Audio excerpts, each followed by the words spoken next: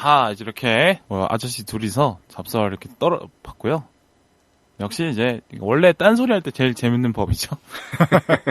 본격적인 주제보다. 근데 이제는 본격적인 주제를 할 때가 왔습니다. 네. 오늘 영화는 레옹인데 나이트 시네마님이 하고 싶다고 하셔서 이제 이 영화가 선정이 됐죠. 네. 레옹 왜 선정하셨는지 여쭤볼게요. 그래요. 원래 인생작을 꼽으라고 하면은 그 전에 먼저 빌바오님이 이 영화 선정을 위해서 저희가 머리를 맞대고 있을 때 빌바오님께서 나시님 인생영화로 하면 좋을 것 같은데요? 라고 이제 먼저 제안을 해주셨고 이제 레옹이 딱 생각이 나더라고요. 예, 그래서 레옹을 선정을 하게 되었습니다. 레옹을 왜 이렇게 좋아하셨던 이유가 있으실까요? 레옹을 제가 처음 접했던 게 좀 늦게 접했어요. 다른 분들보다. 레옹이 지금 몇 년작이지? 잠깐만요. 94년작입니다. 94년작인데 제가 대학교 1학년 때 2005년도에 처음 접했거든요. 그냥 그 영화가 가지고 있는 그 느낌이 좋았고요. 일단 그 느낌이 좋았다라는 것은 이제 캐릭터에 대한 매력이었던 것 같아요.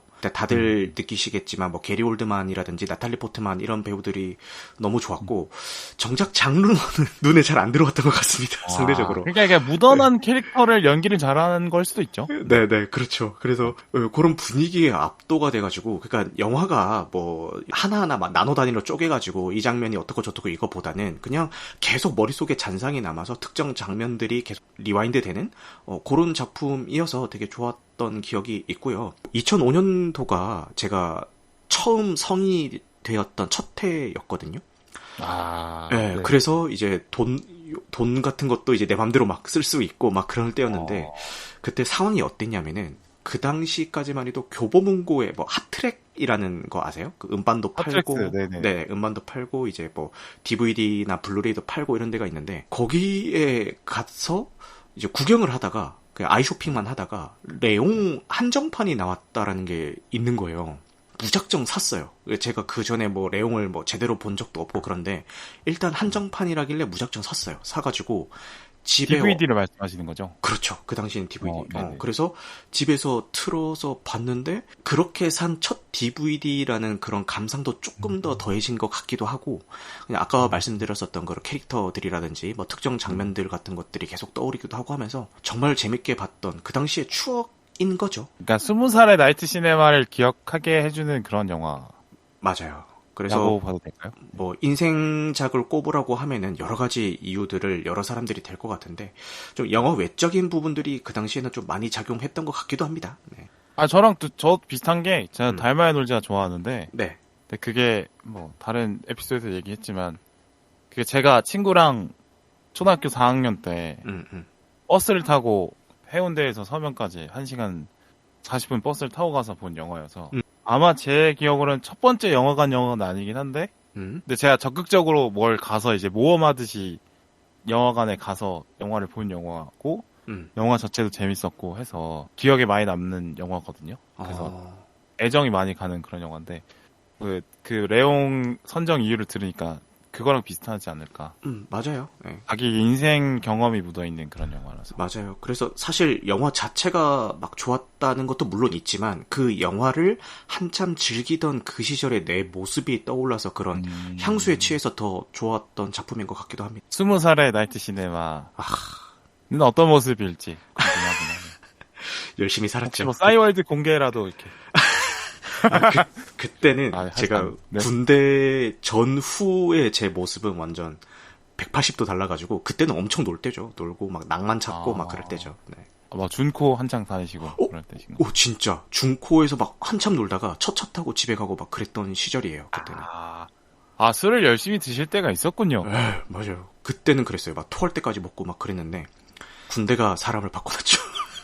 근데 그런 방종이 있기 때문에 지금의 절제하는 내가 있는 거고 그렇지 않을까 생각합니다. 준코 근데 준코가 아직 있더라고요. 준코가 아직도 있어요? 네. 진짜? 네네. 최근에 제가 이수역에 갔는데 네. 이수역에 준코가 있더라고요. 와. 아직까지 그래도 사업을 하는 것 같아요. 지금도 그 짱구 탈 같은 거 쓰고 와서 막 해주나? 서빙 같은 거 해주나? 모르겠네. 그런 거 뭐 생일 축하도 해주고 뭐 그랬었잖아요. 맞아요. 죄송합니다. 요거 잘라주세요. 죄송합니다. 요거 잘라주세요. 효과음으로 고의 잘 쓰도록 하겠습니다. 감사합니다. 네. 요 멘트까지 넣어야겠다. 그래요. 또 이렇게 또 약간 샜는데. 네. 근데 제가 그 영화 선정할 때 얘기를 해보니까 처음 봤을 때랑 나중에 봤을 때랑 감상이 좀 다르다고 하셨는데. 맞아요. 그거 얘기를 좀 해주실까요? 처음에 봤을 때는, 아까 2005년도면은 벌써 막 한 10년도 더 전의 이야기잖아요. 10년이 뭐야? 거의 뭐 한 20년 가까이 되는 과거인데, 그때는 정말 별 생각 없이 봤던 장면이나 대사들이 지금 와서 보니까, 이거 약간 좀 선 넘는 거 아닌가 싶은 불편한 지점들이 좀 있더라고요.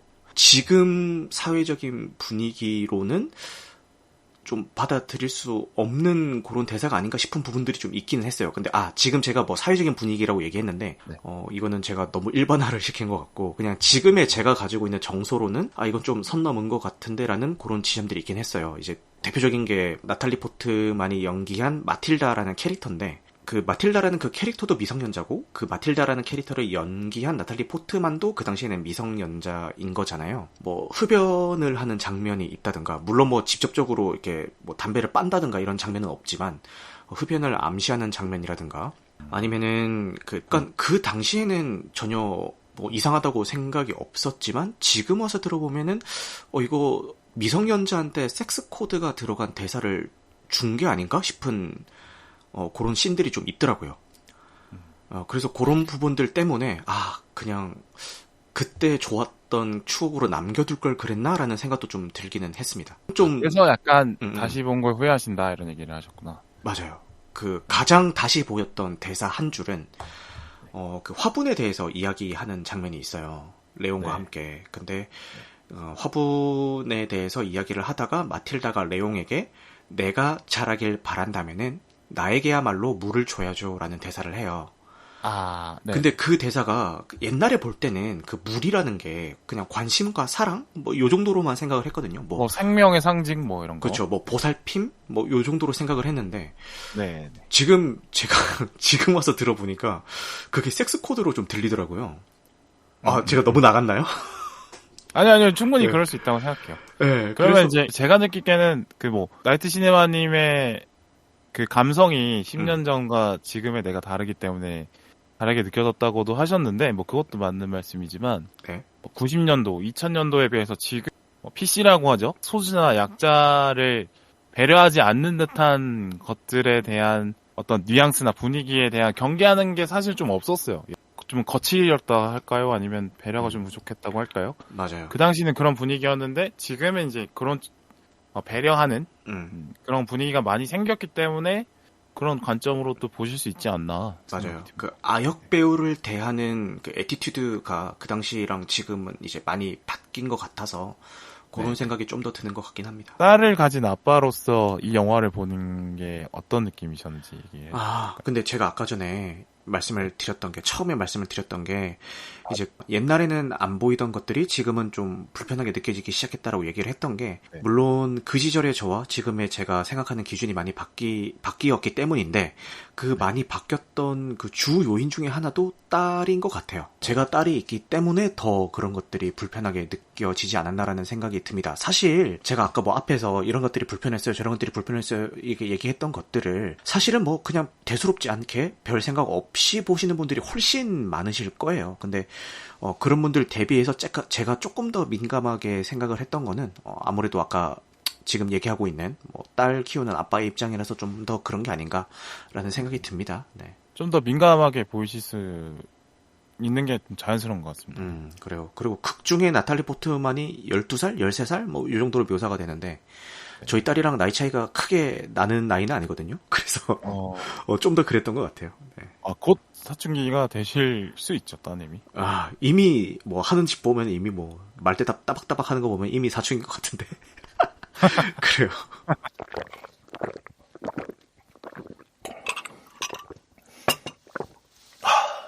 레온과 마틸다는 사랑일까 아닐까에 대해서 얘기를 먼저 해볼게요. 사랑인가요, 아닌가요? 어떻게 생각하세요? 근데 사실 사랑도 여러 가지의 형태가 있잖아요. 네. 뭐 이성 간의 사랑이 있을 수도 있고 사실 친구 간의 우정도 어떻게 보면 큰 범위에서 보면 사랑으로 할 수도 있고 뭐 가족 간의 사랑일 수도 있고 뭐 되게 여러 가지 의미가 있는데 그런 면에서 보자면은 사랑이라고 이야기할 수 있을 것 같고요. 다만 제 3자 관객이 보기에는 그런데 다만 마틸다랑 레옹은 그거를 이성 간의 사랑이라고 착각하고 있는 인물들이 아닌가라는 생각이 들었어요.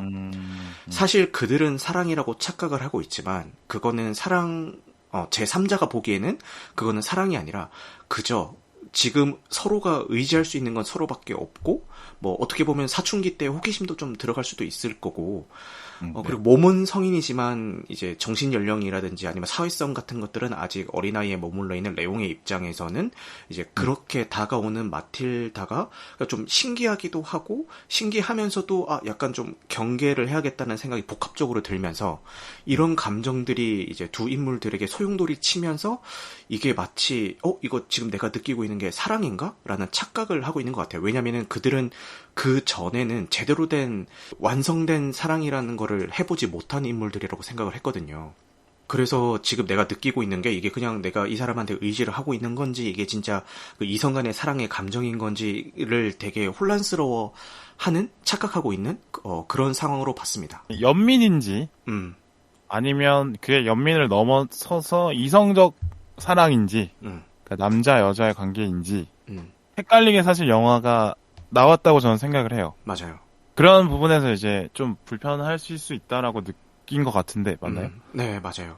그런 것도 있고 그리고 둘이 침대에 눕는 장면도 나오잖아요. 네, 그런 장면도 많고. 네, 그게 사실 뭐 생각을 빼고 보면은 그냥 뭐 아무렇지도 않은 장면이긴 한데 사실 레옹이 누워서 잠 못 드는 인물로 묘사가 되잖아요. 항상 네네. 긴장 상태로 의자에 앉아서 잠을 자는 레옹에게 좀 이제 완전한 안식을 주는 걸로 이제 좀 좋게 해석을 하자면은 그렇게 볼 수도 있는데 이건 역시도 좀 중의적인 의미로 섹스 코드로 해석될 수 있는 여지도 분명히 있다고 생각을 하거든요. 네, 그런 것들 때문에 좀 그랬던 것 같아요. 네. 저는 근데 공감하는데 저는 섹스 코드로 보다가 보다 보니까 아닌 것 같다라는 생각을 했어요. 저는. 어떤 면에서요? 왜냐하면 이 둘은 연민인 것 같다. 그냥 미성숙한 존재들의 서로에 대한 연민인데 미성숙하다 보니까 애정과 연민을 구분하지 못하는. 아니면 이성적 사랑과 부모님과 자식 간에 주는 사랑을 좀 구분하지 못하는 그런 사람들인 것 같아요. 그냥 제가 볼 때는 섹스적인 어떤 이성적인 감정에 성인 남녀들이 하는 그런 정상적인 연애 범주에서 생각하는 사랑은 아닌 것 같아요. 제가 볼 때. 그냥 둘 다 미숙해서 혼란을 겪고 있는 그런 사람들이라고 생각하는데 왜냐면 둘 다 이제 마틸다는 부모가 있지만 제대로 사랑해주는 부모가 아니었고 맞아요. 그러니까 사랑을 받아본 적이 잘 없는 친구고 네, 마틸다의 근데 이제 남동생에게 사랑을 주면서 사랑을 좀 알아가는 그런 아이였는데 이제 남동생이 죽어버린 거죠. 그렇죠. 사랑에 대해서 제대로 좀 알 수 있는 환경이 아니었고 마틸다는. 맞아요. 그런데 12살이라는 나이가 이제 아이에서 벗어나서 청소년으로 들어가는 이른바 그러니까 동년배끼리의 어떤 그 이성 간의 사랑에 눈을 뜨는 나이이긴 하죠. 그러니까. 맞아요. 그런데 그러니까 부모님과의 사랑의 개념도 아직 잘 못 잡힌 나이인데 이성 간의 사랑을 이제 조금 배워가는 나이기 때문에 그게 많은 정보값이 주어지지 않아서 맞아요. 혼동하고 있는 그런 아이처럼 보여요. 그러니까 레옹에게 계속 사랑을 표현하고 갈구하는 게 말을 표현에는 그냥 좋아하는 남자한테 하는 듯이 표현했지만 맞아요. 제가 느끼기엔 그냥 부모님이 이제 없으니까 부모님 대신에 나를 지켜주고 사랑해줄 존재로 레옹을 찾은 거고 맞아요. 레옹은 근데 가족은 아니니까 그러니까 나를 좀 보호해줘 나를 애정을 좀 줘 라는 그 마음을 잘못 표현한 것 같아요. 좋아하는 남자에게 이성 고백하는 멘트로 표현을 했을 뿐이지 그 실제 마음은 그냥 나의 새로운 부모가 되어줘인 것 같아요. 제가 느끼기. 새로운 부모 혹은 새로운 가족 요런 의미로도 네, 보호자가 되어줘 나에게. 네. 왜냐하면 가족이 없어지고 나서 레옹과의 관계가 깊어지는 거기 때문에. 맞아요. 구원자이기도 하죠. 저는 그냥 부모님의 대체제로 레옹을 찾은 것 같고요. 불편하진 않더라고요. 그래서 그 장면이 제가 사실 제일 좋아하는 장면 중에 하나거든요. 아까 제가 앞서서 이제 인생적으로 꼽는 이유 중에 하나가 뭐 특정 장면들이 계속 리와인드 된다 머릿속에서라고 얘기를 드렸는데 그 마틸다가 레옹에게 처음 구원받는 그 장면이 제가 이 레옹이라는 작품 전체에서 제일 좋아하는 장면 중에 하나예요. 네. 그러니까 자기 가족들이 무참하게 이제 살해를 당하고 있는 와중에 레옹이 좋아하는 우유를 사들고 레옹의 집으로 이렇게 모른 척하면서 애써 자기 집은 모른 척하면서 울먹이며 레옹의 집을 간절한 마음으로 이렇게 막 배를 누르는데 레옹이 문을 열어 주는데 그 카메라가 문을 여는 레옹을 비추는 게 아니라 그 마틸다가 울먹거리고 있는 그 절박한 얼굴을 비추면서 레옹이 문을 여문과 동시에 마틸다 얼굴이 이제 빛으로 감싸지거든요. 환한 빛으로 감싸지거든요. 맞습니다. 예, 그게 와, 연출을 정말 잘했다라는 생각이 들더라고요. 마치 구원받는, 마틸다가 레옹으로부터 구원받는 다라는 그 의미를 그 연출로 너무 잘 살려가지고 그 장면 진짜 좋아하는 장면 중에 하나예요. 네, 맞아요. 그 장면을 봐서도 제가 말한 것처럼 이거는 그냥 구원자를 만난 이제 마틸다라고 보는 게 맞지 않을까 싶긴 한데 이제 영화에서 표현하기를 그런 성적인 코드들을 많이 넣긴 한 것 같아요. 그러니까 오히려 헷갈리게 만드는 게 감독의 목적이지 않을까. 맞아요. 이거는 제가 좀 너무 억측일 수도 있는데요. 이건 순수 제 뇌피셜입니다. 뇌피셜인데 네. 그냥 감독이 의도적으로 그렇게 중의적인 씬들을 넣었다라고 생각이 들어요. 그러니까 예를 들어서 네, 너 이거 미성년자와의 섹스 코드 넣은 거지라고 했을 때 아닌데? 아닌데. 이거 그냥 그 다른 의미인데? 뭐 그냥 순수한 의미인데? 이렇게 약간 발 뺄 수 있는 그런 네네. 보험을 하나 들어놓은 그런 중의적으로 연출한 듯한 그런 느낌도 다시 볼 때 조금 받기는 했거든요. 이 영화 감독이 그렇게 좀 애매하게 표현했기 때문에 이제 저희처럼 영화를 본 관객들이 이게 성적 코드냐 아니냐를 놓고 얘기를 하면서 이 영화에 대한 해석이 더 풍부해지잖아요. 맞아요. 이게 이 감독의 목표일 수 있죠. 그러니까 낚싯바늘을 던진 거죠. 미끼를 물어본 것일 수 있죠. 네, 확실한 거는 저는 그 정도로 봤습니다. 네. 최근에 이런 비슷한 연출로 만약에 뭐든 간에 영화가 나온다면은 좀 욕을 많이 먹을 것 같다는 생각은 했어요.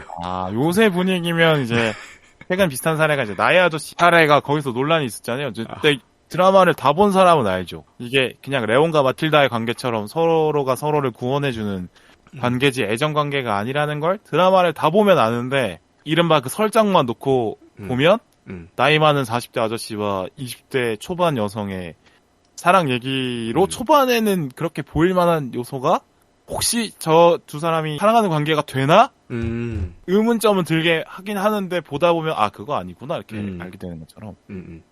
그러고 보니까 나의 아저씨와 레옹이 비슷한 점이 있네. 그리고 아이유는 무한도전에서 마틸다를 그러네요. 네. 저희가 처음 발견한 것 같은 느낌이 저희만 드는 것 같고. 네. 이미 많은 분들이 여기저기 올리지 않았을까? 네. 그렇죠. 그러나 저희처럼 방금 아신 분들도 있겠죠. 네. 팟캐스트 해가지고 건물 사자. 그래서 가시죠. 지금 수익은 2,294만 원입니다. 제가 그럼 레옹 얘기를 해보면 될 것 같은데. 네. 레옹은 왜 이렇게 몸만 큰 어른으로 설정이 됐을까? 그에 대해서. 그것도 아까 저희가 이야기했었던 이게 이성 간의 사랑으로 착각하고 있다라는 것과 같은 맥락으로 생각을 했거든요. 네. 그러니까 교육의 부재와 가족의 부재가 가장 큰 문제라고 생각을 했어요. 네. 이제 어린 시절부터 사랑과 관심을 받지 못하고 어른이 되어버리면은 몸은 세월이 지남에 있어서 몸은 크지만 정신은 그만큼 성숙해지지 않기 때문에 그 누구도 레옹에게 어른이 되는 법에 대해서는 알려준 사람이 없기 때문에 그러니까 나이가 먹어감에 대해서 그 나이에 맞는 행동, 생각, 사고방식 이런 것들을 주변으로부터 충분히 교육을 받지 못했기 때문에 레옹은 그렇게 좀 정신적으로는 좀 미성숙한 것처럼 그려지고 있지 않나라는 생각이 들고요. 주변에서 그런 이야기를 해줄 수 있을 법한 사람이 이제 영화에서 묘사가 되는 사람들 중에서는 토니, 레옹에게 항상 그 미션을 주는 일거리를 주는 그 토니가 그 역할을 해줄 수도 있을 법도 한데 사실 영화를 보신 분들은 아시겠지만 잘 해주는 척하면서 뭔가 좀 이용하고 있다라는 느낌이 들기는 하거든요. 물론 마지막에 이거 스포일러 해도 되겠죠? 뭐, 이거. 네네. 네, 이제 와서 뭐, 결말을 말하면 어떡해, 이런 사람 없겠지? 어쨌든. 제 방송 인트로가 스포일러가 별처럼 쏟아지는 방송이니까. 네, 레옹이 죽고 나서 뭐, 마틸다를 뭐, 지원을 해주겠다는 약속을 지키기는 하지만, 그 전에 레옹을 대하는 뭐, 돈 문제라든지 이런 것들을 보면은, 뭔가 어른으로서 레옹을 케어해준다는 느낌보다는 그냥 좀 이용하고 있다라는 느낌이 좀 더 강하게 들기는 하거든요. 그래서 아니 어수룩한 놈 등쳐먹는 놈이다라고 이렇게 묘사가 됐죠. 네. 네, 뭐 난 절대 안 망해 뭐 이러면서 뭐, 은행은 망해도 난 안 망해 뭐 이런 대사를 하면서 네, 그래서 주변에 이런 식으로 좀 알려줄 수 있는 사람이 없었고 결국은 이런 교육의 부재, 경험의 부재가 아니었나라는 생각이 좀 들었어요. 저는 이제 레옹을 보면서 뭐 비슷한 말인데 사람의 정신적 나이와 신체적 나이가 대부분 비례할 거라고 대부분 생각하지만 막상 이제 그 사람을 겪어보면 아닌 경우들이 많이 있잖아요.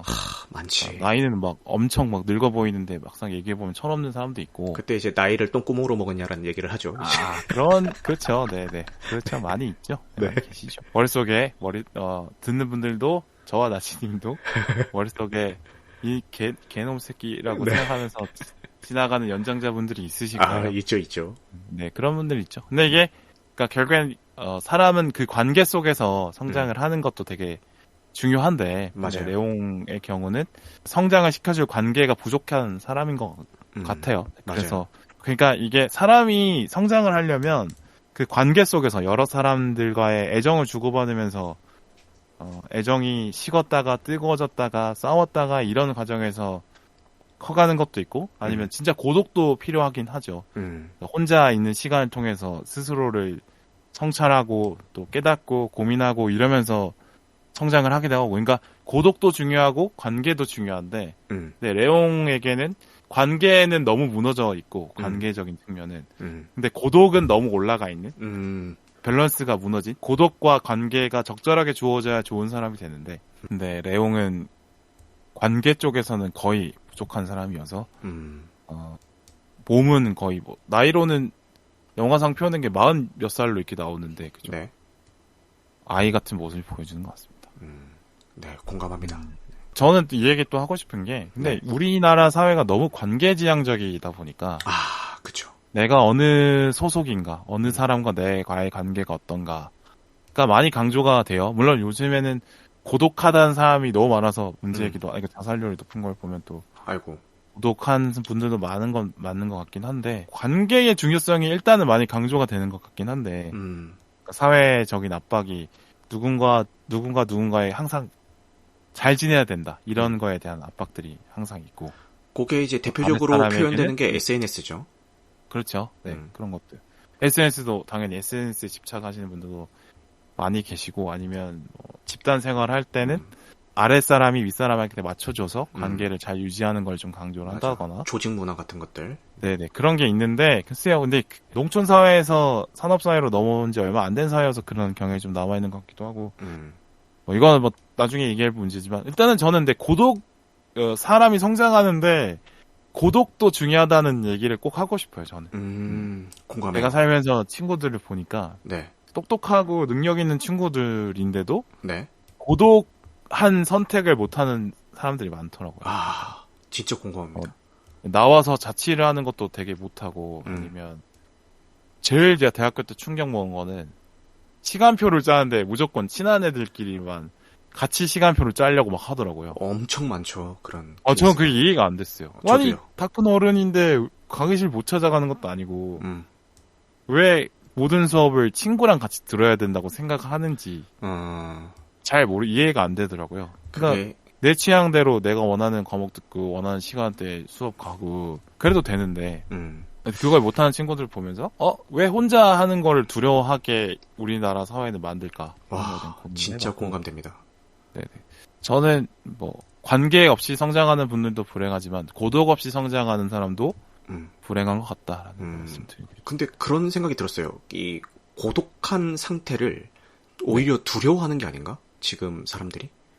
그러니까 되게 두려워 많이 하죠. 그렇죠. 그러니까 항상 좋은 사람들과 좋은 관계를 유지해야 되고 어딘가에 내가 소속이 돼 있어야 되고 이래야 뭔가 안정감을 느끼고 그렇게 될 것 같은데 오히려 고독한 상태가 되었다는 게 마치 이 사회에서 좀 도태된 것 같고 네, 맞아요. 잘 어울리지 못한 것 같다라고 생각을 해서 그런 것 같아요. 그러니까 절대 그런 게 아닌데.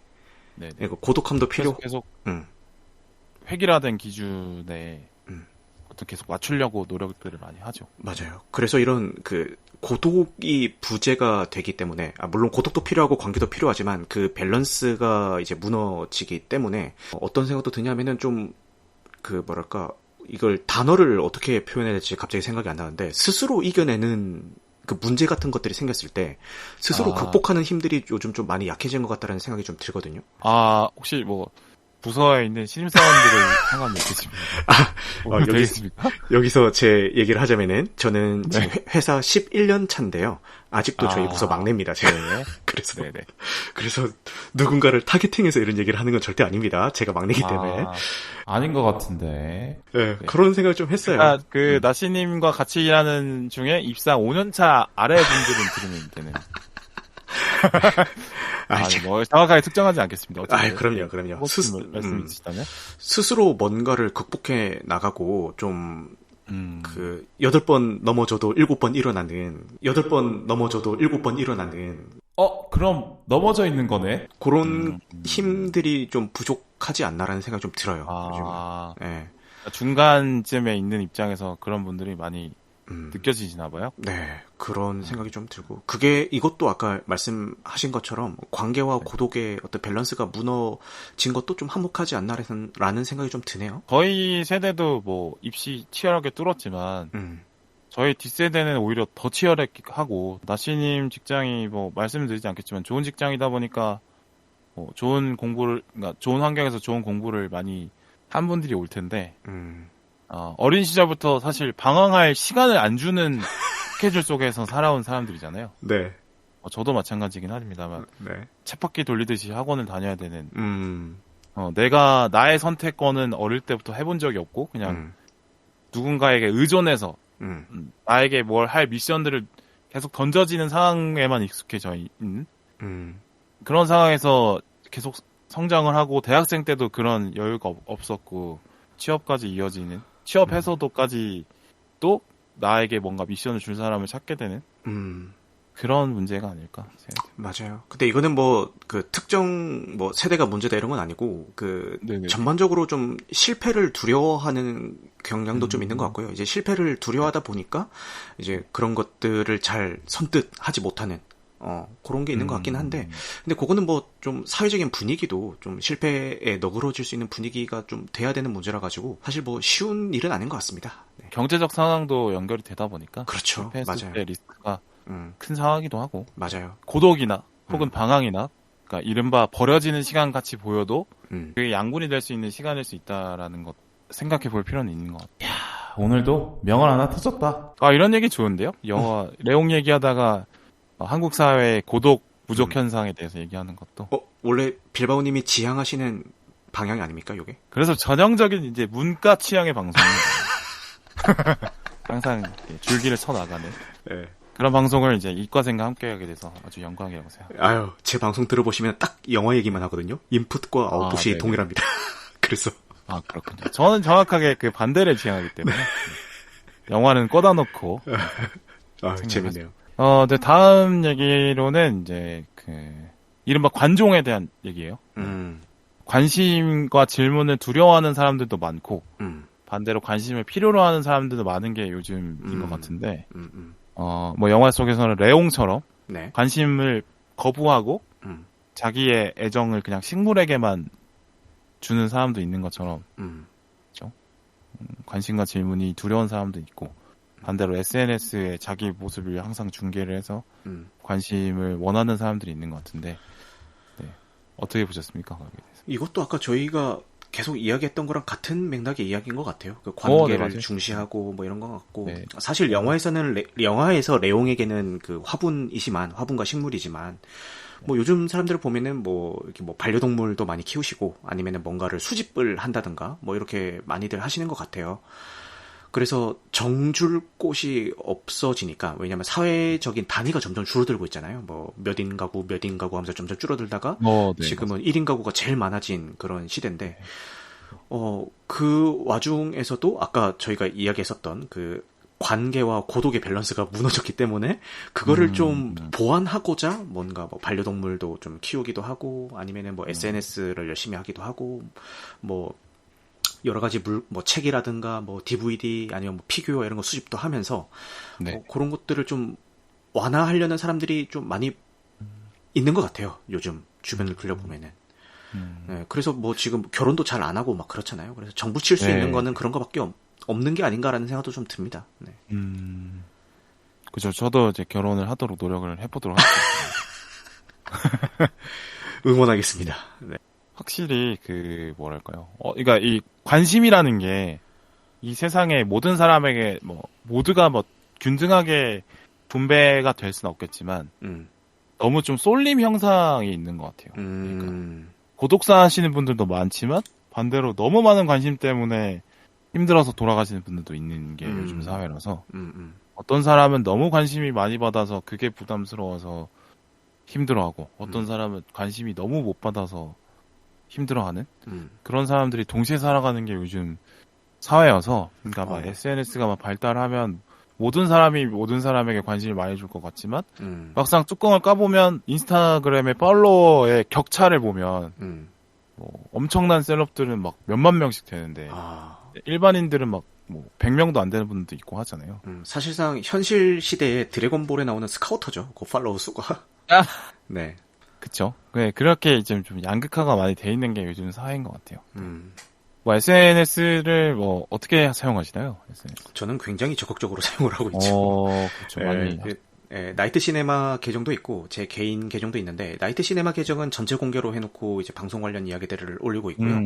제 개인 계정은 비공개입니다. 그래서 제가 뭐 좀 검증된 사람이라고 하니까 조금 이상하긴 한데 제 사생활이 노출이 되어도 뭐 좀 지장이 없는 사람들 그런 분들만 제가 팔로우를 받아주고 있습니다. 지금은. 그래서 나한테 관심 줄 사람은 내가 선택한다? 약간 이런 느낌으로. 내가 이런 모습을 보여도 이해해준 사람만 좀 볼 수 있게. 그럼요. 네, 그런 모습. 네. 그런 것들을 좀 즐겨. 그러니까 그런 게 사람의 욕구죠. 그죠? 맞아요. 좋은 모습만 보여주고 싶은 것도 있고, 약간 부끄럽고 좀 웃긴, 뭐, 망가지는 모습도 보여주고 싶은 게 또, 욕망이기도 하니까. 그런 것도 있고, 이제 아이가 생기면서 자연스럽게 제 사진뿐만 아니라 가족들 사진도 이제 올라가게 됐는데, 사실은 아이의 동의가 없이 제 SNS에 아이의 사진이 올라가고 있는 거잖아요. 근데 이거를 좀 전체 공개로 올리면은 좀 제 마음이 편치가 않아서 그러니까 비공개로 하고 제가 아는 사람들만 볼 수 있게 그렇게 하고 있는 것 같아요. 아이는 그렇죠. 보호가 돼야 되니까. 그런 맥락도 좀 있습니다. 네. 저는 SNS를 이제 뭐 열심히 할 때도 있고 했는데 요새는 뭐 SNS 잘 안 해요. 욕구가 많이 없어졌어요. 제가 방송을 시작하면서 저를 표현하고 싶은 욕구는 제 방송이 충분히 채워주고 있기 때문에 물론 좀 방향은 다르죠. SNS와 팟캐스트는 완전 다른 방향인데 팟캐스트는 컨텐츠고 SNS는 그냥 SNS니까. 그럼 혹시 그 SNS 한참 하실 때 뭐 자기 생각 같은 것도 막 올리고 하셨어요? 저는 인스타그램이 재미가 없어요. 인스타그램은 사진 위주잖아요. 맞아요. 저의 개성을 드러내기가 더 어렵다고 생각했어요. 오히려. 저는 제 개성을 주로 나의 생각으로 드러내고 싶어하는 사람이었는데 어릴 때부터. 네. 어떤 곳에 가서 뭘 먹고 무슨 옷을 입고 이런 거는 남들이 굳이 내가 이걸 남들에게 알려줄 욕구를 잘 안 느꼈고 인스타그램은 재미없더라고요. 그럼 페이스북? 네, 페이스북 때는 좋아했어요. 네, 거기다 글 쓰고 뭐 이런저런 얘기하고 뭐 사회 세상 일도 얘기하고 그랬는데 인스타그램은 그런 얘기하면 좀 구려 보이잖아요. 사실. 맞아. 그리고 잘 안 보죠 사람들이. 네, 안 보기도 하고요. 그 인스타그램에 글 이렇게 길게 쓰는 것도 맞지는 않는 것 같다고도 생각을 해요. 맞아요. 지향하는 바는 아니죠. 네. 그럼 블로그 같은 거 하면 되게 잘하실 것 같네요. 블로그도 사실 뭐 있긴 한데 거의 안 했고 저는 팟캐스트가 최고인 것 같습니다. 이렇게 야부리 터는 게 너무 좋아요. 저도 좋아요. 그 인스타그램을 저도 이제 저도 그러니까 제 거를 올리진 않기도 하지만 잘 보지도 않거든요 요새는. 이게 좀 너무 과한 정보 같다는 생각이 들었어요. 그렇지. 내가 왜 너 밥 먹은 것까지 알아야 되냐? 내가 왜 너 오운원을 왜 봐야 돼? 뭐 이런 거. 내가 너 그러니까 뭐 어디 가서 뭐 뭘 샀고 뭘 했고 이런 거를 알아야 되냐는 생각이 있긴 하더라고요. 그래서 뭐 적당하게 잘 안 하고 있습니다. 그게 각자의 선택이겠죠, 성향에 맞춰서. 그렇죠. 그렇고 이제 이번 주제는 관심에 대한 얘기 해봤고요. 네. 영화에 대한 빌런이죠. 명연기를 펼쳤던 노먼에 대해서 얘기를 마지막으로 해볼게요. 영화 얘기는. 아니요, 다시 하겠다. 예, 게리 올드만이 연기한 노먼이라는 인물이죠. 이른바 약반 연기를 진짜 약발게 했죠. 아, 전 진짜 약한 줄 알았어요. 예. 그러니까 그 알약 같은 왜 현장 보는 그 씬. 진짜. 그리고 제가 좋아하는 대사 중에 하나가 그 약을 먹고 나서 승질내면서 한마디 하는 게 everything 뭐 이러면서 이렇게 얘기하는 네. 샤우팅하는 그 대사가 있는데 그 장면도 되게 좋아하는 장면 중에 하나거든요. 진짜 미친 광인 같다라는 이미지가 되게 잘 표현이 되는 것 같아서. 네. 그리고 그 처음에 그 마틸다의 가족들을 무참하게 살해하러 그 들어갈 때 그 총을 장전하고 이제 마틸다의 가족들을 쏘는 그 장면이 마치 누군가를 죽이러 가는 사람의 모습보다는 무슨 어떤 무도회에 춤추러 가는 사람들처럼 되게 가벼운 발걸음으로 리듬 타면서 막 이렇게 막 네, 살인을 저지르거든요. 그런 장면들 보면서 진짜 미친놈이구나. 그리고 저거를 이렇게 연기를 할 수가 있구나라는 면에서 진짜 너무 매력적인 캐릭터인 것 같아요. 저는 그 캐릭터를 보면서 이게 그 노먼이라는 캐릭터가 마약 수사국의 일원이고 네. 그 사람은 나는 마약이라는 거악을 처단하는 그 임무를 띈 사람이고 네. 그걸 계속 하다 보니까 나의 모든 행동은 거악을 처단하기 위한 행동이라서 내가 하는 행동은 무조건 옳다라는 명제까지 도달한 인간인 것 같아요. 그러니까 마약이라는 거악과 싸우다 보니까 내가 하는 모든 행동들이 옳다라고 생각해버리게 되는 그런 인간인 것 같아요. 법치주의가 이 사회의 기본 원칙인데 법치주의를 계속 행하다 보면 그냥 법치주의라는 원칙을 그 사람이 그 역할을 맡아서 행할 뿐이지 그 사람이 법이 아닌데 그렇지. 자기가 법이 된 듯 생각해버리는 착각을 하게 되는 거죠. 그러니까 처음부터 막 어떤 사람이 어느 집단의 리더가 됐어. 근데 그 리더가 된 게 이러이러한 조건에 따져서 적합하고 이런 역할을 잘 것 같아서 리더를 뽑아준 거지. 아무 이유 없이 리더를 뽑아준 게 아닌데 이 리더를 계속 하다 보면 나는 당연히 내가 원래 리더야. 그냥 내가 하는 말이 다 맞아. 하고 싶은 대로 하면 돼라고 착각을 하게 되는 경우들이 생기는데 너무 많은 케이스죠. 그런 케이스 중에 하나인 것 같아요. 그래서 거악을 다루다가 거악이 스스로 악이 돼버린 그런 사람인 것 같고 그거를 너무 배우가 잘 표현했다는 생각이 있습니다. 맞아요. 근데 그러니까 뭐 이 정도의 수준은 아니더라도 역할과 자기 자신을 분리하지 못하는 경우들이 많이 생기는 것 같긴 해요. 많이 생기죠. 그 대표적인 예로 저희 조커로 많이 사랑받았던 갑자기 네네네. 히스레저. 네, 히스레저. 네, 그분도 그런 케이스가 있었고 최민식 배우님도 저기 그 악마를 보았다 촬영할 때 비슷한 것 때문에 굉장히 고생을 했다고 하시더라고요. 네. 이른바 너무 몰입을 하다 보면 그죠? 자기 자신과 분리가 돼야 되는데 그게 되게 어려운 일이긴 한 것 같아요. 그러니까. 맞아요. 우리 모두가 노먼이 될 수도 있죠. 진짜. 뭐 예를 들어서 이제 퇴근 시간이 끝나면 더 이상 그냥 남과 남으로 만나야 되는데 개인 대 개인으로 만나야 되는데 뭐 직장이 끝난 이후에도 이제 상사와 부하로 만난다든지 뭐 이런 거 그렇게 할 수도 있겠죠? 비슷하게 해석이 되네요. 네. 네네네. 그게 노먼만의 문제는 아닌 것 같고 이제 자신의 역할과 그냥 스스로 역할과 상관없는 자연인의 나를 구분하는 게 사실 어렵긴 하죠. 왜냐면 그 정체성 노먼이라는 사람의 정체성 중에 제일 큰 게 마약 수사국 수사반장이라는 게 제일 크니까 근데 그걸 이제 분리내는 게 어렵. 그 맥락이셨구나. 제가 갑자기 메소드 연기 얘기해서 당황스러워 죽겠네요. 죄송합니다. 아니요, 근데 그것도 맞는 거죠. 네. 그만큼 몰입을 한 거니까. 저는 같은 결이라고 생각했어요. 네, 알겠습니다. 네, 이렇게 뭐 영화 안쪽 얘기는 해봤는데 혹시 뭐 더 하실 얘기가 남은 게 있다면 이 장면 얘기하고 싶어 이런 거. 장면보다는 그 배우들에 대해서 좀 더 얘기를 하고 싶은데 아까 저희가 네네. 게리 올드만의 연기에 대해서 극찬을 했잖아요. 네, 맞습니다. 뭐 여기 나오는 그 주 배우가 이제 세 분인데 그 장 르노, 나탈리 포트만, 게리 올드만 요 세 분이 이제 주된 인물인데 네. 요 분들이 이 작품 이후에 이 작품에서의 연기를 능가하는 연기를 펼친 작품이 있다고 생각하세요, 빌바오님은? 저는 근데 장르노라는 배우는 사실 레옹 말고는 다른 작품을 못 봐서 저도요. 잘 모르겠고요. 평가하기 어려운데 저도요. 내가 레옹 안에서의 연기는 전 잘했다고 생각했어요. 그러니까 설정이 뭔지 정확하게 충분히 전달이 됐고 저 사람은 어릴 때부터 무감각하게 커온 사람이다 라는 게 설정인데 그게 주어졌고 근데 그 설정에 맞는 연기를 하게 느껴졌어요. 저는. 그러니까 어수룩한 캐릭터를 연기했기 때문에 연기가 어수룩한가라고 헷갈릴 수 있는데 제가 느끼기에는 아닌 것 같았어요. 그냥 어수룩한 사람을 연기를 잘했다라고 생각했어요. 맞아요. 액션씬에서는 진짜 완전 킬러 같은 모습을 보여주다가도 극장에서 혼자 영화 볼 때 그 표정은 천진난만한 어린이의 표정을 지을 때도 있고 마틸다랑 뭐 역할놀이, 이게 누군지 맞추는 놀이 그런 거 할 때는 진짜 개구진 아이의 모습처럼 이렇게 즐길 때도 있고 뭐 이런 킬러일 때는 눈에 힘 빡 주고 진짜 킬러처럼 맞아요.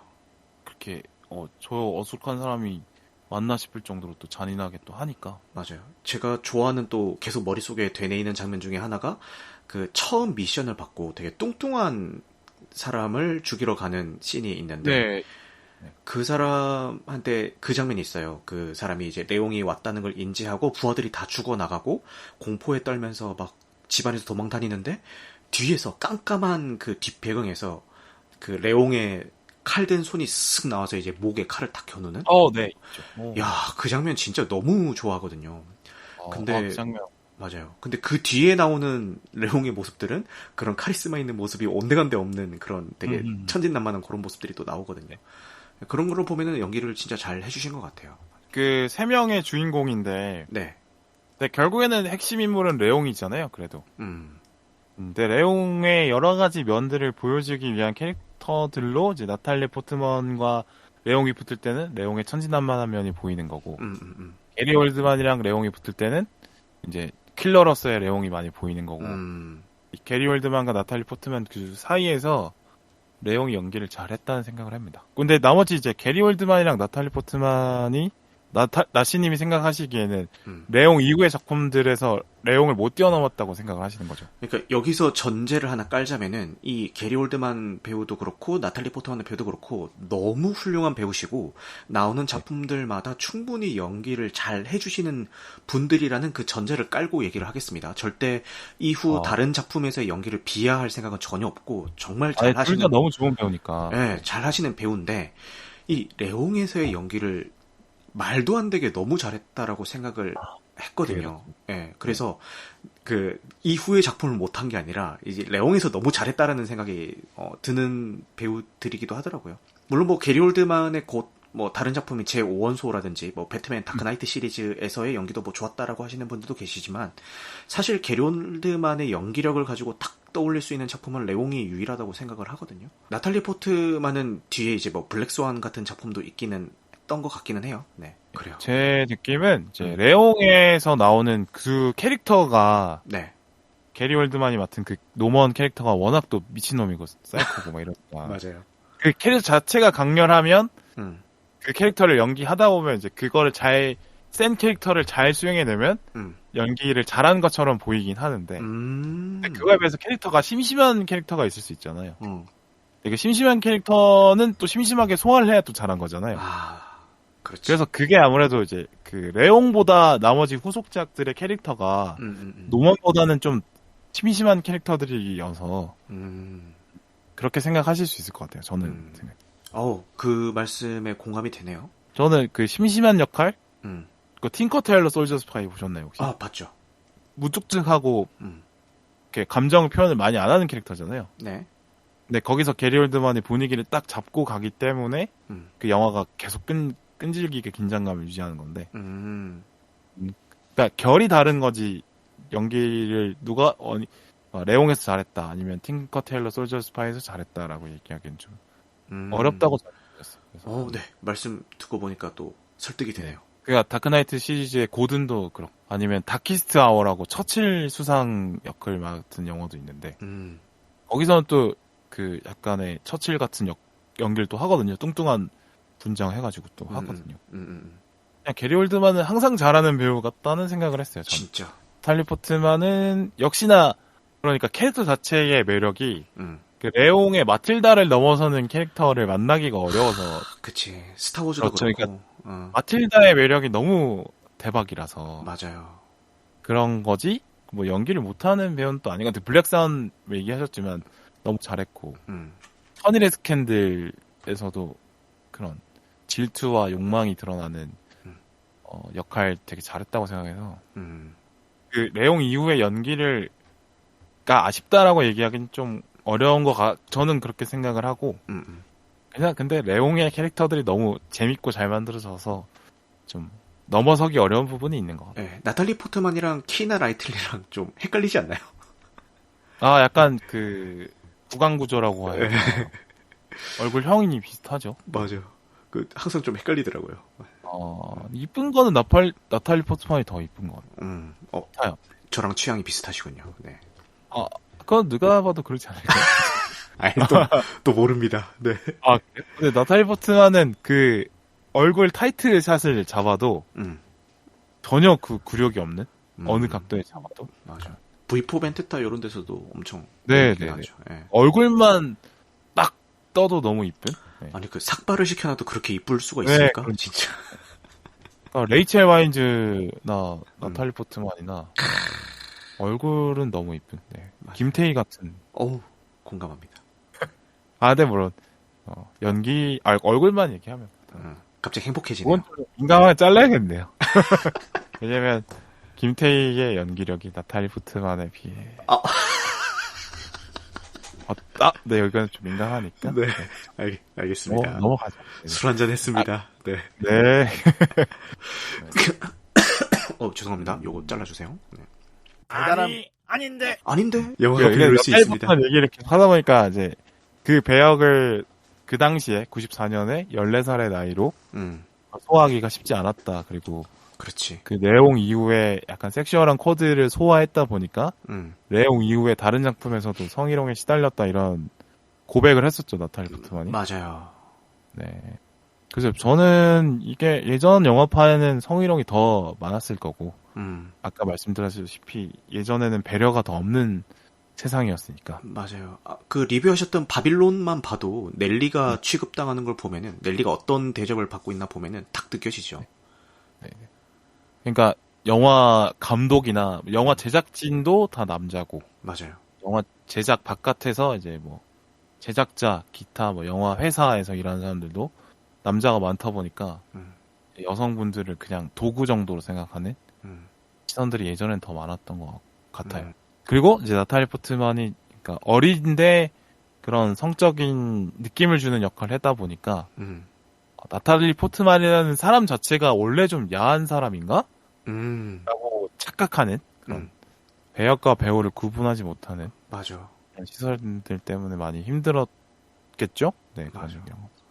근데 진짜 나쁜 사람들인 것 같아요. 왜 그런지 모르겠습니다.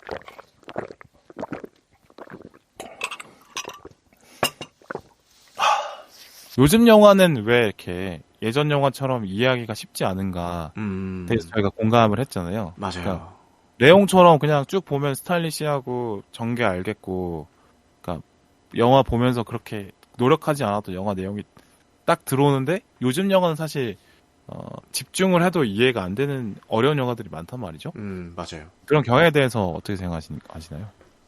저는 이런 영화도 필요하고 저런 영화도 필요하다라고 생각을 하는 입장이에요. 근데 모르겠어요. 지금 좀 다양하게 있을 필요는 있는데 요즘 유독 좀 그렇게 좀 난해한 영화들이 좀 많이 나오고 있다라는 생각이 들기도 하거든요. 근데 이게 실제로 이런 난해한 영화들이 많이 나오고 있는 건지 아니면은 옛날에 비해서 제가 지금 이제 영화 팟캐스트도 하고 하면서 영화에 대한 관심도가 더 많이 올라갔기 때문에 제가 최근 들어서 접하고 있는 작품들이 이런 작품들이 더 많은 건지. 그러니까 충분히 뭐 다른 아까 제가 얘기했었던 뭐 레옹처럼 그냥 크게 뭐 별 생각 없이 봐도 되게 재밌고 좋게 즐길 수 있는 작품들도 지금도 충분히 많이 나오고 하고 있는데 제가 최근에 뭐 우연찮게도 접하는 작품들이 그렇지 않은 작품들이 많아서 뭐 그런 건지 좀 모르겠어서 이게 성급하게 일반화를 시키기는 조금 조심스럽긴 해요. 근데 최근에 뭐 영화제 시상식에서 뭐 상 받고 이런 영화들을 보면은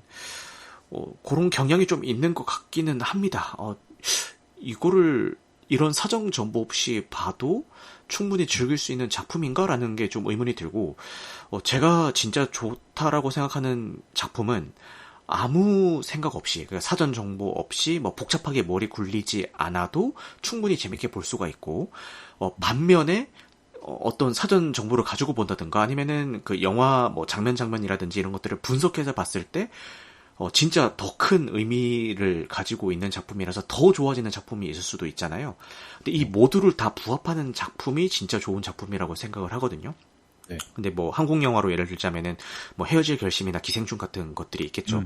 근데 그런 작품들이 물론 뭐 만들기 어려워서 많이 뭐 못 나오고 있는 것도 있겠지만 좀 요즘 작품들이 조금 난해한 쪽으로 좀 치우쳐져 있는 것 같다라는 생각을 좀 하고는 있습니다. 근데 아까도 말씀드렸던 것처럼 뭐 성급하게 일반화시킬 수는 없어서. 아니 근데 공감하실 분은 많다고 생각해요. 요즘 영화가 그런가요? 예전 네. 영화에 비해서 어렵다라고 생각을 당연히 하실 수 있을 것 같아요. 예를 들어서 뭐 80년대를 대표하는 작품이라고 하면 뭐 탑건이나 로키. 근데 이런 건 사실 쉽잖아요. 따라가기가. 그렇죠. 근데 2020년대, 2023년에 아카데미 7관왕을 한 에어올은 로키나 탑건에 비해서 사실 이해하기 어렵잖아요. 그렇죠. 그러니까 모든 영화가 어려워졌다라고 얘기하기는 어려울 것 같아요. 예전에도 예술 영화 같은 게 있고, 그럼요. 실험적인 영화들이 있고 하기 때문에 뭐 모든 영화가 다 어려워졌다라고 얘기하기는 어렵고, 예전에도 어려운 영화도 있었고 요즘에도 쉬운 영화가 있는 거죠. 그렇긴 한데, 근데 많은 관심을 받게 되는 어떤 이른바 탑라인에 올라오는 작품들 중에서 경향이 좀 어려워지는 거는 확실히 많은 사람들의 관심을 받는 작품들 중에서 그런 작품들이 어려워진다고 얘기하는 건 틀린 것 같진 않아요. 그 이유를 분석해 보자면 이미 영화라는 매체가 탄생한 지 오래됐고, 네. 기존에 했던 작품들이 많기 때문에 기존 했던 거를 좀 안 하고 새로운 방식으로 만들다 보면 네. 조금 이제 한번 꼬고 뭐 비율을 한번 더 넣고 뭐 이렇게 되는. 뭐 클리셰라고 그러면서, 하죠. 네. 네네. 근데 클리셰인 줄 알았더니 클리셰가 또 아니고, 맞아. 뭐 이렇게 클리셰처럼 해석하면 또 틀리고, 요렇게 어렵게 해석하게 만드는 영화들이 많아진 것 같긴 해요. 그만큼 이제 기존의 레퍼런스들이 많아지다 보니까 공감합니다. 어려워지는 거는 좀 당연한 문제인 것 같고, 요즘 영화들이, 근데 저는 좀 문제라고 생각하는 이유는 뭐냐면, 에어올이 뭐 좋은 영화고 상 많이 받았지만 저는 좀 많이 받았다고 생각해요. 그 가치. 왜 그렇게 생각하냐면 에어올을 한 번에 보고 이해하기가 어렵고, 근데 그걸 에어올을 이해하려면 어느 정도 철학이라는 학문을 좀 알아야 돼요. 그렇지. 뭐 허무주의. 에어올을 뭐 불교 철학을 안다거나 멀티버스라는 개념을 알아야 된다거나, 그렇지. 뭐 윤회 같은 걸 안다거나, 이런 걸 모르고 바로 한 방에 이해하기는 좀 어렵단 말이죠. 영화를 여러 번 보고 이해하거나 아니면은 철학에 관련한 지식이 많은 사람이 보면 바로 이해하거나 이렇게 되는 건데, 근데 그건 좀 잘못된 방향이지 않을까. 그래도 영화는 상품이고, 네. 대부분 한 번 볼 거를 가정하고 영화를 만들어야 된다고 저는 생각을 하는데, 왜냐면 돈을 받고 파는 상품이니까. 그렇죠. 너무 어려워지는 거는 좀 잘못하는 건 아닐까 생각을 진짜. 합니다. 네. 그리고 철학적인 해석을 영화를 보면서 하게 만드는 건 또 잘못된 것 같아요. 그러니까 에어올을 보면서 철학적인 지식을 끌어와야 해석이 되잖아요. 사실. 그렇죠. 이런 철학적인 해석은 영화가 끝나고 나서 관객이 집에 돌아가면서 스스로에게 이 영화를 보니까 나의 삶을 비춰볼 때 이런 질문들이 생각이 나는데, 이런 철학적인 질문을 관객이 영화를 끝나고 스스로의 삶을 돌아보면서 하도록 만드는 건 좋은 것 같은데, 근데 영화를 보면서 철학적인 해석을 해야 이해가 되게 만드는 건 좀 투머치하지 않나?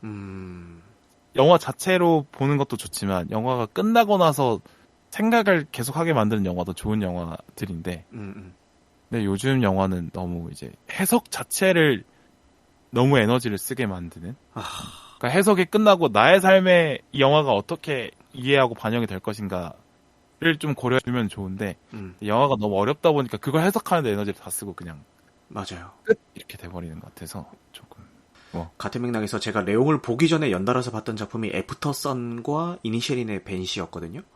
근데 물론 뭐 두 작품 다 좋은 작품이긴 하지만 그거를 보고 난 다음에 이제 레옹을 딱 보니까 마치 뇌가 리프레시되는 느낌이 들더라고요. 그래서 정말 편하게 볼 수 있어서 너무 좋았던 그런 기억도 있네요. 레옹을 보면서.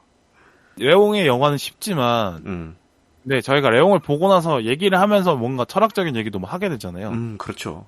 이렇게 철학적인 울림을 줄 수도 있는데 관객에게 뭔가 깨달음을 얻는 과정은 관객 스스로에게 맡겨주면 되는데 그 깨달음을 얻는 과정까지 영화가 너무 관여하는 것 같다.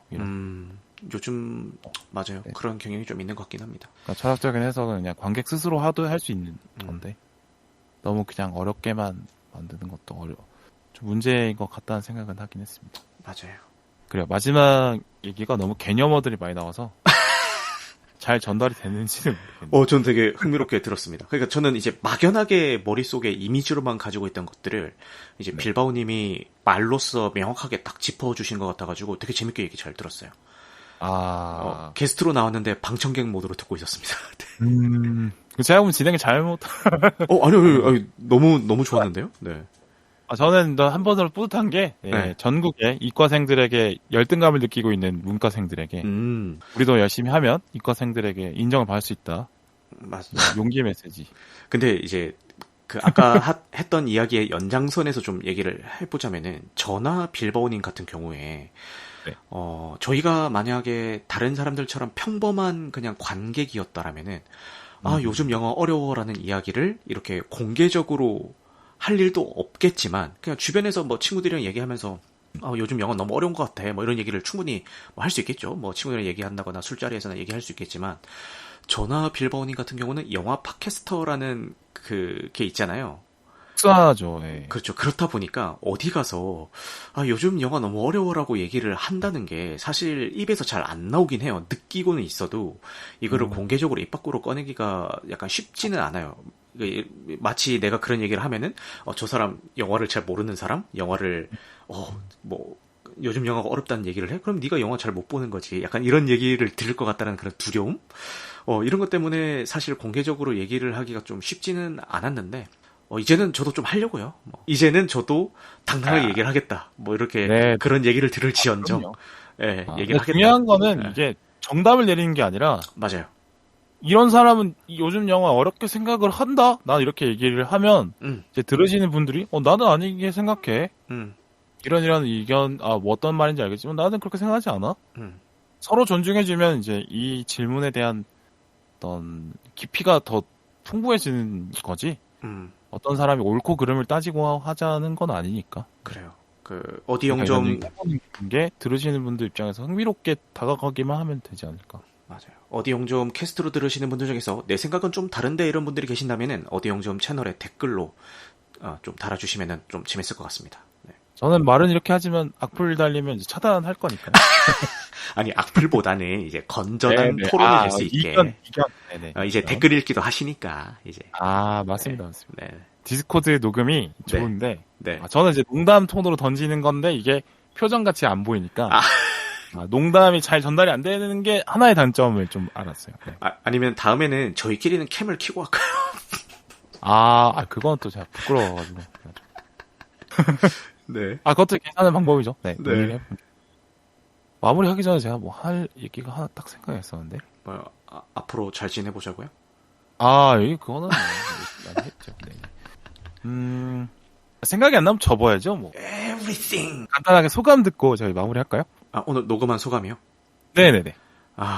이렇게 항상 공개 라이브로만 녹음을 하다가 닫혀있는 공간에서 닫혀있는 공간에서 녹음을 하는 거는 엄청 오랜만인데, 아까 빌바오님이 말씀하셨던 것처럼 되게 편하게 얘기를 한 것 같아요, 오히려. 그래서 괜찮은 방식인 것 같고, 앞으로도 좀 종종 어디 영점에 초대를 해주셨으면 좋겠다. 그리고 반대로 저희 나이트 시네마에도 좀 종종 초대를 했으면 좋겠다라는 생각이 들고요.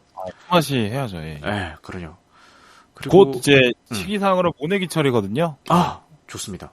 5월 달부터 모내기 하니까 그때 같이 모내기 하는 마음으로 음. 방송 같이 서로 출연해주고 이러면 너무 좋을 것 같습니다. 네, 그래서 진짜 시간 가는 줄 모르고 녹음을 했던 것 같아요.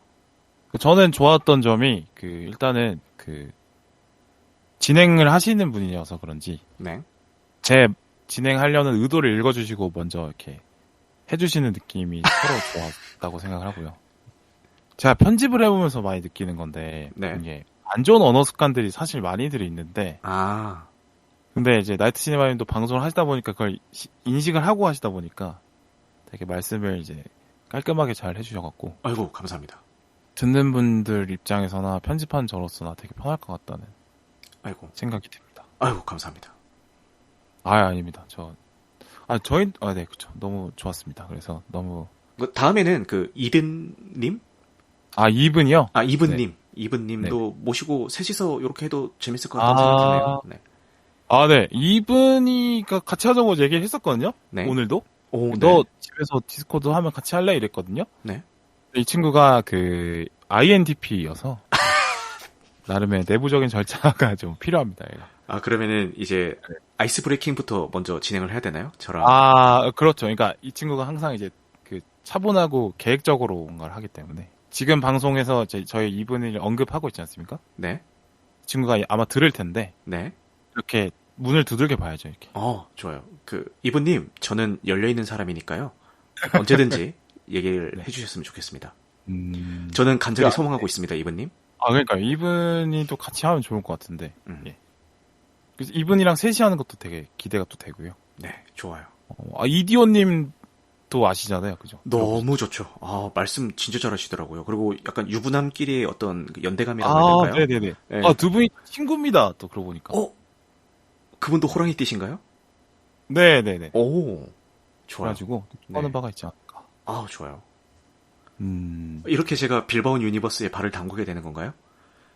아니죠. 근데 인적 자원은 제가 공급을 할지 모르나. 네. 하드웨어는 기대를 있기 때문에. 이 정도는 전략적 제휴 관계로 하면 될까요? 네. 너무 좋습니다. 네. 아니요, 다시 할. 이렇게 서로 또 품앗이 엄청 하다가 또 네. 끝내보도록 하겠습니다. 자, 다음 방송에 오겠습니다. 감사합니다 하면서 마칠까요? 네. 네, 감사합니다. 8번 넘어져도 7번 일어나는 8번 넘어져도 7번 일어나는 그럼 넘어져 있는 거네.